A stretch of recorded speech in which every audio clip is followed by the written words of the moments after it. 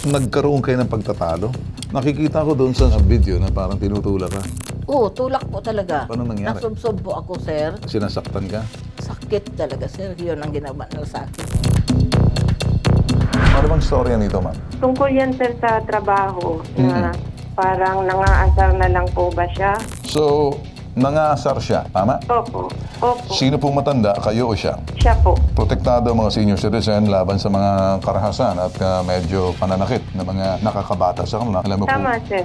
tama bang ginawa mo ng pananakit sa kanya? Wala kang karapatan manakit sa kapwa mo, empleyado mo o hindi. Wala kang karapatan, huwag siyang kalabasin kasi dinidetene mo siya. So ito lang aking sasabihin sa iyo. Malaking kaso dito laban sa iyo. Humingi ka ng paumanhin dito sa matandang sinaktan mo. Wala akong pakialam sa utang niya, wala akong pakialam sa usapan ninyo. Kinakailangan, may pagsisisi ka. At kung hindi, parang sinasabi mo, tama ka pa rin, mali ka sa lahat ng panahon, sa lahat ng anggulo, mali ka. Pati ang bag ko, kinalkal din niya. Kinuha din niya yung aking passport, pati yung isa ko pang ID. Wala pong sino mang ibang tao ang pwedeng kumuha ng pasaporte ng may pasaporte. May parusa pong pagkakabilangguyan, di ba, baba ng Naku! 7 taon. Naku! Ginoong Bentulfo. Hanapin mo ang passport nito at gusto ko masauli mo. Isauli mo kapag hindi, kikilos na ang buong puwersa ng hashtag ipabitag mo si Ben Bitag Tulfo. Lumapit po ako sa inyong tanggapan para ireklamo ko si sa kanyang pagbubugbog sa akin noong November 17, 2024. Nagpaalam ako mag-day off, tapos hindi niya ako pinayagan, maskin half day man lang. Tapos pumunta ang kapatid ko, nagtanong bakit hindi ako payagan mag-day off, na magpahilot man lang sana din ako. Nung umalis na ang kapatid ko, nagtatalo sila noon hanggang sa ako na lang napagbalingan niya sa init ng ulo niya.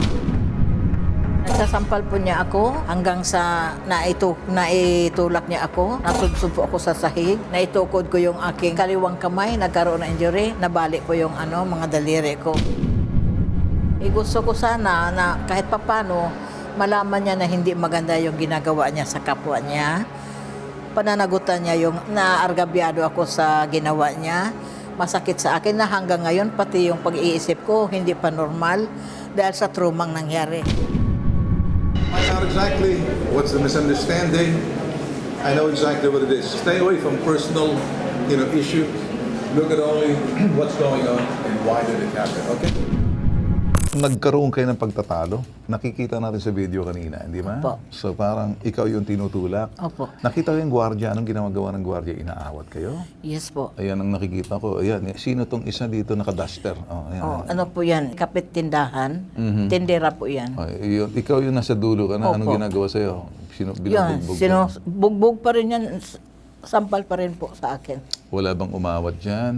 Yan pa rin sila nagsidatingan. Pero Inaawat. nauna po niyan, marami na po akong sampal na natamo. Itong nakaputi, ito yung amo-amo mo? Iyo po, opo. Ilang taon na po to? Nasa 56 pa po siguro siya.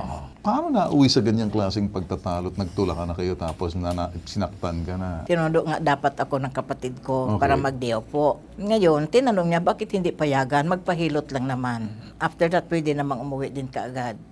O di, gano'n na yon. Pumapasok na talaga yung ko. Pinapapasok nila sa kantin mismo yung aking kapatid hanggang sa, sabi niya, okay. Sabi ko, sige na, hindi na lang ako mag-day off. Bukas na lang, baka pwede na ako magpahilot bukas. So kayo na lang lumakad. Yung pananakit, nung pag-alis naman ng kapatid ko, mo. sabi na niyang ganito sa akin, dapat magbayad kayo sa mga utang-utang niyo. Hanggang sa puro dakdak siya ng dakdak na mga abusado kayo, mga ganyan kayo. Ang daming sinasabi. Doon na siya nagduduro sa akin, gumagano'n. Pag bawat salita niya, may ganon.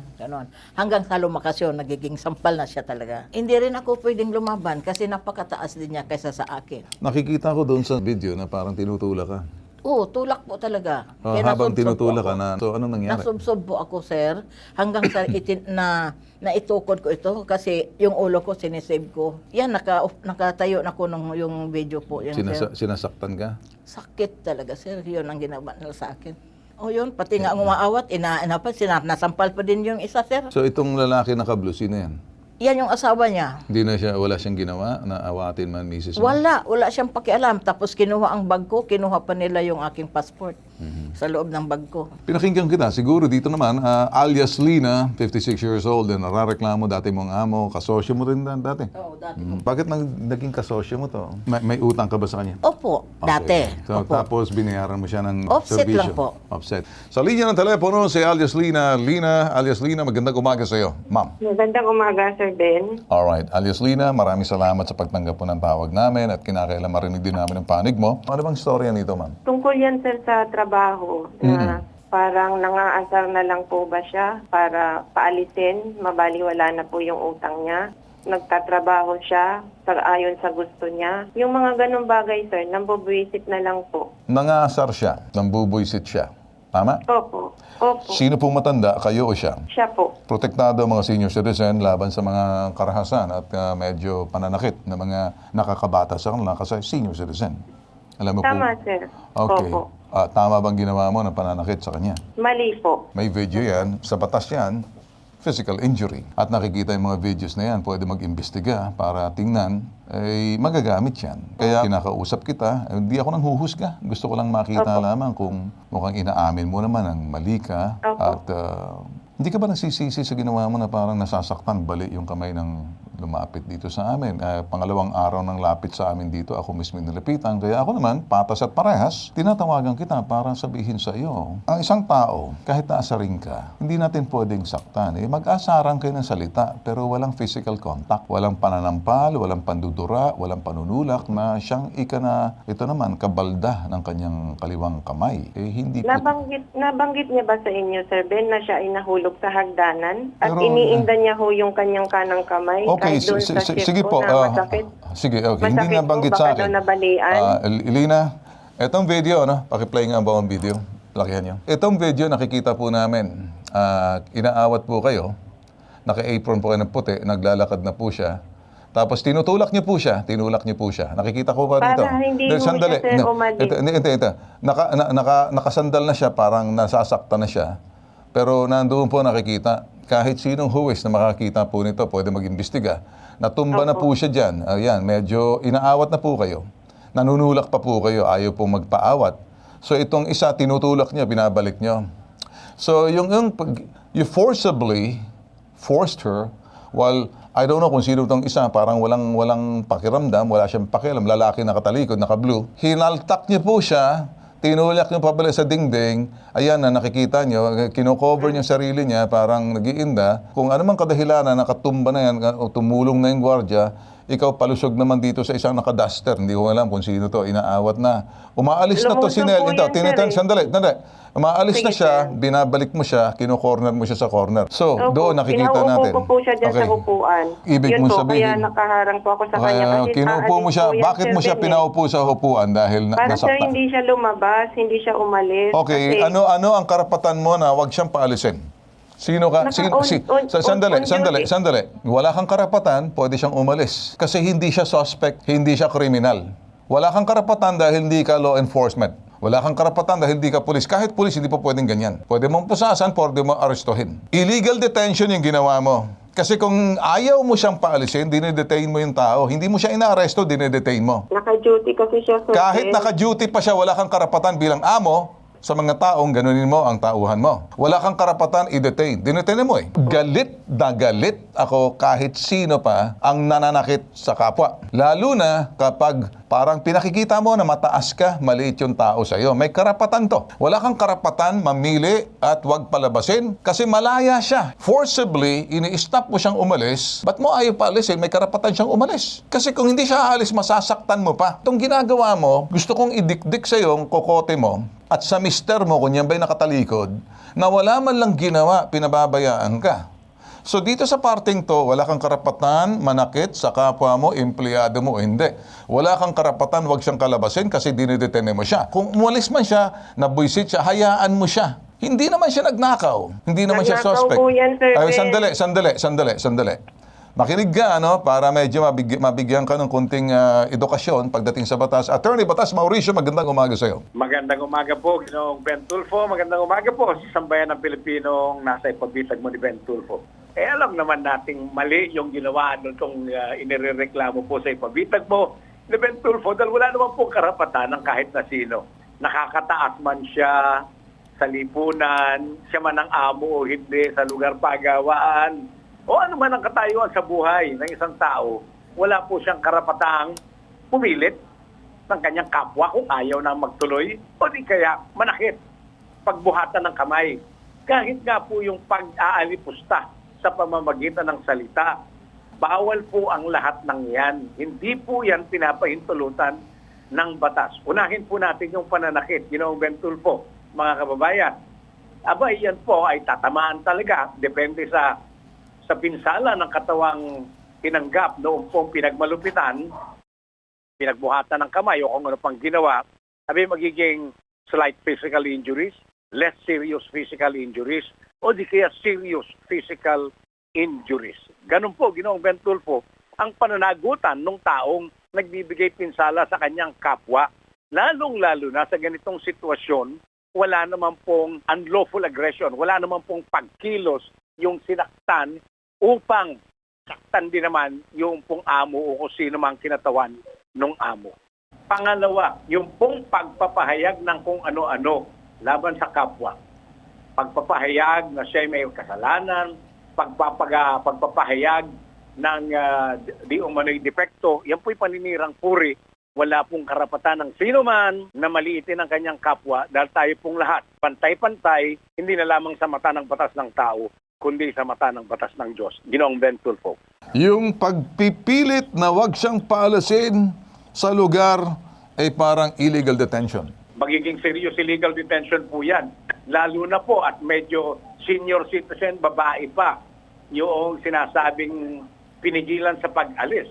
Abay, sabi po ng Revised Penal Code, pagka ganyan ang sitwasyon at sinampahan ng kaso, yung pong pumigil, ayaw magpaalis, dinitine, in short, yung kanyang kapwa nang walang dahilan, abay, non-bailable po yan. Ang Naku. ibig pong sabihin, Ginoong Ben Tulfo, panglilitis ang kaso sa hukuman, wala pong piyansa, makukulong po yung gumawa nitong pampipilit na to laban sa kanyang kapwa. Ginoong Ben Okay. Tulfo. Maraming salamat, Attorney. Nilinaw mo lang to para malaman ni Juan de la Cruz at buong Pilipinas na may batas tayo, ay yan pong pinapahayag ninyo. Ngayon, diretso ako dito kay Aling Lina. Aling Lina, narinig mo ba? Hindi ako may gawa niyan. Batas natin yan. Opo, sir, narinig ko po. Well, ano man ang katuwiran mo, pwede magamit laban sa iyo. Itong mga sinasabing mga videos, lumapit na po sa amin, tutulungan po namin to. Hindi kami pwede magbulag-bulagan at wala kaming parang natatakot kahit sino. Kung sino-sino ka pang mataas, the more na mas mataas ka, the more na hindi mo gagawin ang pang-aabuso sa kapwa mo. So ito lang aking sasabihin sa iyo. Malaking kaso dito laban sa iyo. Humingi ka ng paumanhin dito sa matandang sinaktan mo. Wala akong pakialam sa utang niya, wala akong pakialam sa usapan ninyo. Pananakit lamang ang pagdedetene sa kanya, kinakailangan may pagsisisi ka. At kung hindi, parang sinasabi mo, tama ka pa rin, mali ka sa lahat ng panahon, sa lahat ng anggulo, mali ka. Kung hindi mo aaminin, may kalalagyan ka. Hingi ka ng paumanhin dito sa matanda.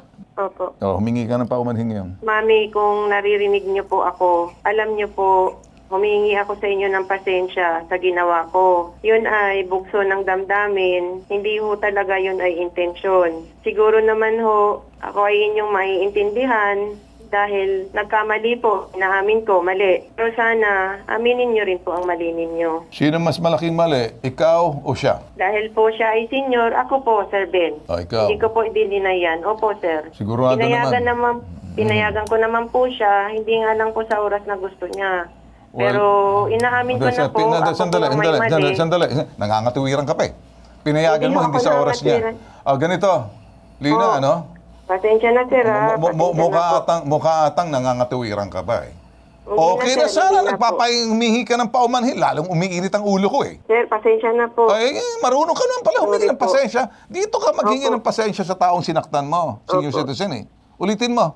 Walang Mami, mga anumang kung dahilan. naririnig niyo po ako, humingi ho ako sa inyo ng sorry, pasensya na po. Sana po hindi ninyo ako iisipan ng masama sa ginawa ko po sa inyo. Okay, sige. Okay na, ano? Okay. Lina, alias Lina. Okay, Nelia, ano sasabihin mo? Hindi naman makukuha kasi sa sore yon. Paano kung napatay mo ako? Wala akong kalaban-laban. 3 lang tayong nandoon sa loob ng ng kantin. Pati si Basam, anong ginawa ni Basam? Pati ang bag ko, kinalkal din niya. Kinuha din niya yung aking passport. Pati yung isa ko pang ID. Okay. Lina, totoo ba to? Passport kinuha ninyo? Hindi ko po alam, sir. Hindi mo alam. dinadalawa Sino ng kumuha ng bukas passport yan. nito? Ay, mister niya ba? Pimester niya. Oh, mister mo, hindi mo alam. Dayuhan ba mister mo? Foreigner ba ang mister mo? Ano siya, sir? Recognized na po ng No. DOJ. Foreigner ba siya? Sagutin mo, oo o Opo. hindi. Opo. Baka gusto mong malagay sa alanganin ng mister mo na undesirable alien. Di ka? Yan na nga, sir. Humingi Di na po kami ng ayusin mo, pasensya sa nasaan ang kanya. passport? Nasaan ang passport? Pakinggan Opo. mo ako, and then sana nakikinig yung mister mo, diktik niya sa kukote niya to. Una, Opo. ang passport ay pag-aari niya. Walang karapatan ang pagbubukas ng mga bag. Attorney Batas Mauricio, take it there. Aba, pangunahin po dyan yung paglabag sa Philippine Passport Act of 1996. Hanggang ngayon, may visa po yun. Ano po ang pinagbabawal doon? Wala pong sino mang ibang tao ang pwedeng kumuha ng pasaporte ng may pasaporte. May parusa pong pagkakabilanggo yan, di ba, baba ng Naku! 7 taon, Naku! Ginoong Bentulfo, at yung foreigner na yon.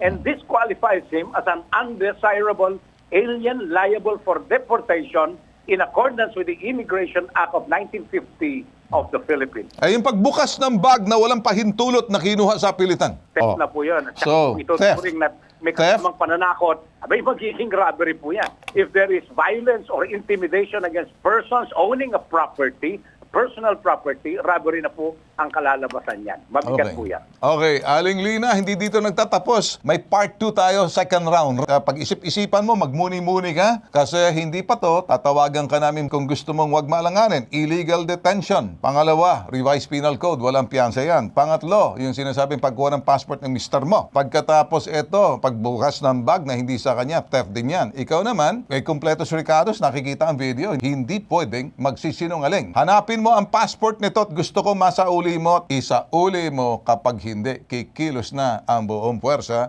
ng hashtag ipabitag mo si Ben Bitag Tulfo. Nako, mas maganda maging kaibigan mo ako kaysa maging kaaway mo ako, malilinti ka ng mister mo. Hindi ako nagbabanta, gagawin ko to. Mag-isip-isip ka, I will give you time to think. Tomorrow, tatawagan ka namin at sigurado nakita mo na yung passport, sasauli mo to. Okay, Lina? Opo, sir. Alright, Opo, sige. sir. Opo. Babalik ako sa iyo bukas. Ito na lang, sir, To sa be barangay, continued. Okay, sige. Okay, may part 2 pa tayo rito. Ito po, nag-iisang pambansang sumbungan. Attorney Batas Mauricio, maraming salamat sa iyo.